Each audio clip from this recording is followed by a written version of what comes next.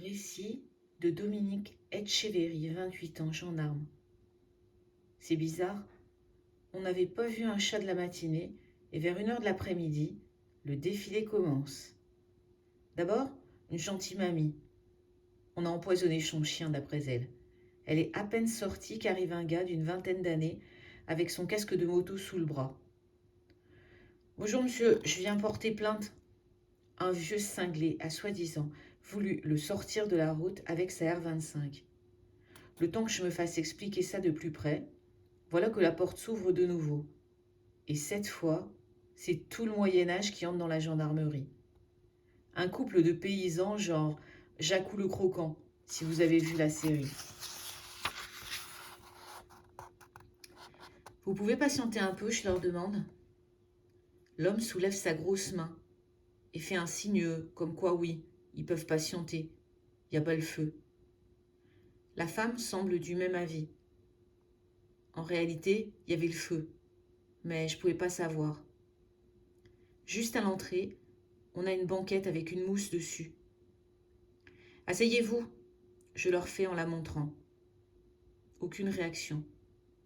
C'est le genre de personne qui s'assoit sur des chaises ou des bancs.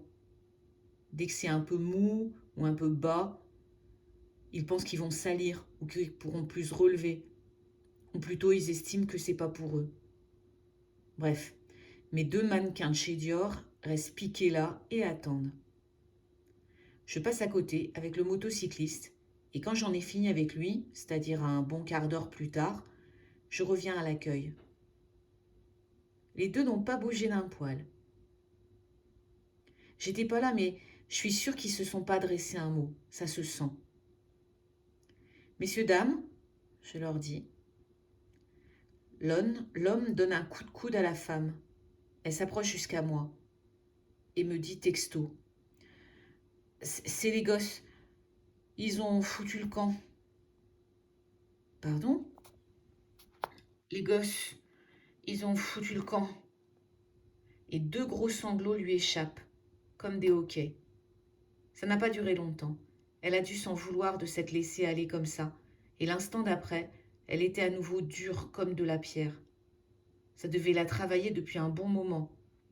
Et le dire comme ça, tout simplement, avec les mots qui conviennent, les gosses ont foutu le camp, ça l'a remuée.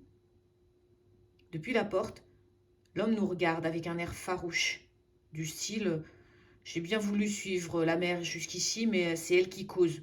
Me demandez rien à moi. » Les gosses, comme elle dit, sont partis dans la nuit.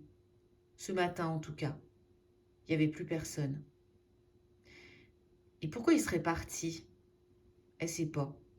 C'est la première fois qu'ils font ça ? Oui, c'est la première fois. Ils ne seraient pas à l'école, tout bêtement ?